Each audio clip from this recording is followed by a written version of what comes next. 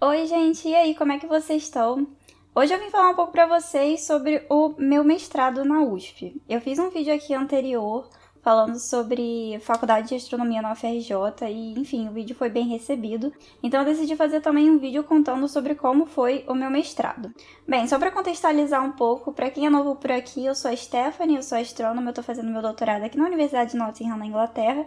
E eu fiz a minha graduação na UFRJ, no Observatório do Valongo, e fiz o meu mestrado na USP, também em astronomia. Então aqui no canal eu tô sempre falando de astronomia, de ciência em geral e também sobre a vida acadêmica. Então se você curte esses assuntos, não esquece de deixar o like e já se inscreve aí no canal. Então, mas indo logo ao que interessa, eu fiz um mestrado em astronomia na Universidade de São Paulo, no Instituto de Astronomia, Geofísica e Ciências Atmosféricas, também conhecido como IAG.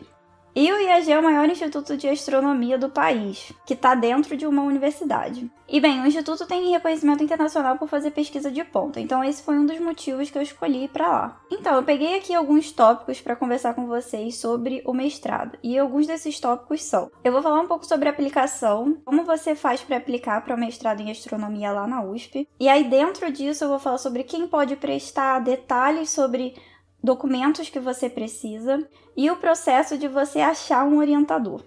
E depois disso eu vou falar um pouco sobre como é o mestrado em si e o que você precisa para no final se tornar mestre. Mas bem, vamos lá. Quem que pode prestar mestrado para astronomia? Bem, para você prestar o mestrado você precisa ter uma graduação. Geralmente quem aplica para mestrado em astronomia tem alguma graduação em exatas. Geralmente é o pessoal que fez graduação em física ou astronomia, tem gente da engenharia, gente da química também. Então isso pode variar muito dependendo da área de pesquisa que você for para o seu mestrado. Por exemplo, eu conheço pessoas que fizeram engenharia e depois foram para a área de instrumentação. Então acabou fazendo uma pós-graduação em instrumentação. Instrumentação aqui seria você desenvolver instrumentos ou tecnologia para grandes telescópios, por exemplo. Então aqui depende muito da área de pesquisa que você quer ir. Então, por exemplo, você pode ir para astrobiologia, para astroquímica, astrofísica extragaláctica, como é meu caso. Então vai variar muito. Mas, em geral, o pessoal faz uma graduação em exatas e depois faz um mestrado em astronomia, sendo o caminho mais comum astronomia ou física na graduação. E o mestrado é basicamente uma porta de entrada para a vida acadêmica. Então, você faz a graduação e aí você faz o mestrado e aí o doutorado. Tem algumas pessoas que fazem o doutorado direto, ou seja, pulam o mestrado. E acabam fazendo um doutorado que seria aí um pouco mais longo. Mas esse negócio do doutorado direto é tema aí para outro vídeo. Bem, beleza, então digamos que você aí tem uma graduação em exatas. O que você faz agora? Bem, o caminho que a maior parte das pessoas toma é você escolher o seu orientador e a área de pesquisa que você vai querer desenvolver no seu mestrado. Então, como que você acha o orientador? Conversando com as pessoas, mandando e-mail. Então, você vê professores, por exemplo, no site da universidade, você vê, tal professor tem essa área de pesquisa. Então, você fala, essa área aqui me interessa. Então, você manda um e-mail para esse professor ou vai lá e conversa com ele. E ele vai ver se te orienta ou não, porque, enfim, professores são muito ocupados.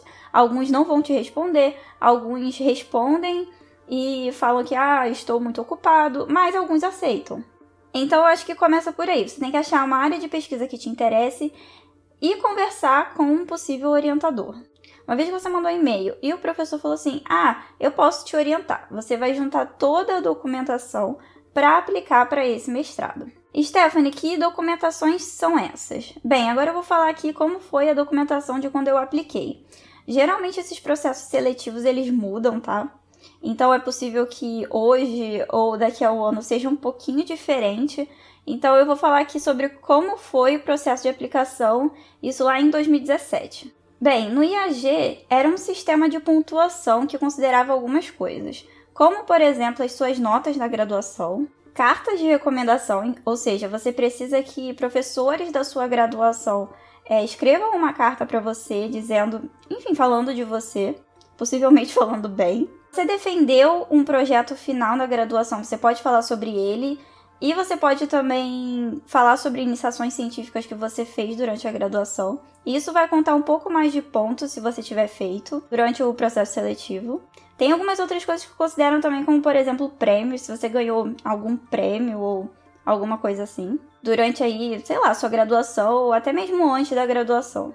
Além disso tudo, também tem uma prova que você tem que fazer e tem uma nota mínima que você tem que tirar nessa prova para poder aplicar. Ou seja, se você tira menos que o mínimo que é pedido, você não pode aplicar. Então você tem que ter pelo menos aquilo ali. Geralmente essa prova é uma prova de física. Atualmente a prova é o EUF, que é o Exame Unificado de Física, e essa prova acontece semestralmente. Além de toda essa documentação das provas, notas, prêmios, IC, tudo isso, você precisa ter um comprovante de que você sabe inglês. Então eles têm lá um mínimo que você tem que tirar no TOEFL ou no IELTS para poder aplicar.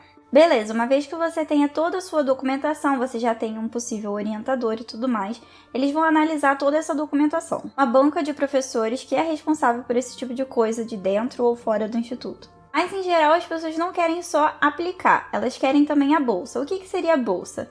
O que o pessoal chama de bolsa, na verdade, é o salário do cientista. Porque num mestrado, num doutorado, você não só estuda, tá?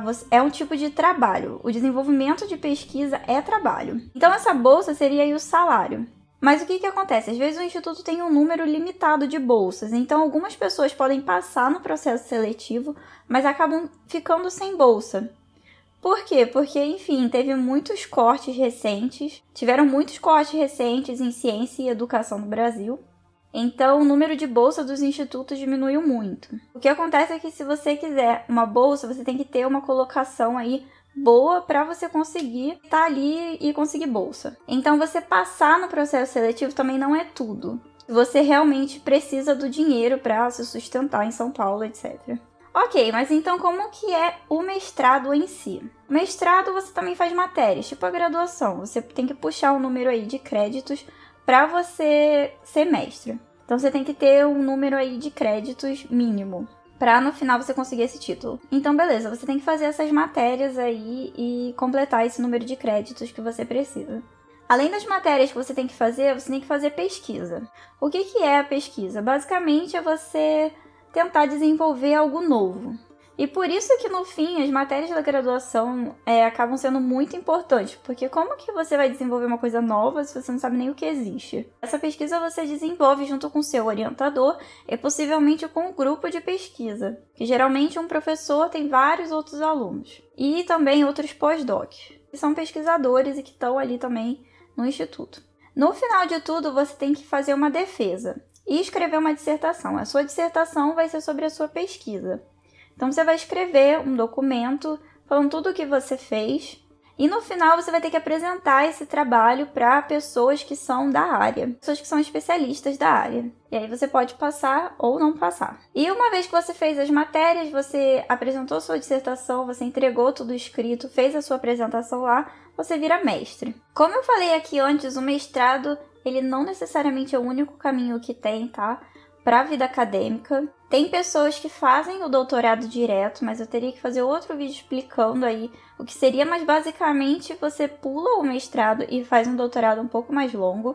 Bem, o que eu fiz foi fazer a graduação, eu fiz o meu mestrado e agora eu tô fazendo meu doutorado aqui. Eu já tenho um outro vídeo aqui no canal em que eu falo como eu consegui a bolsa de doutorado aqui. Eu vou deixar linkado aqui em cima para quem quiser saber mais sobre o doutorado, que foi o passo que eu tomei após o mestrado. Então, se você quiser saber mais sobre a bolsa que eu tenho para trabalhar aqui, eu vou deixar linkado aqui em cima, beleza? Uma coisa que sempre me perguntam é se você tem que chegar com um projeto pronto para um professor.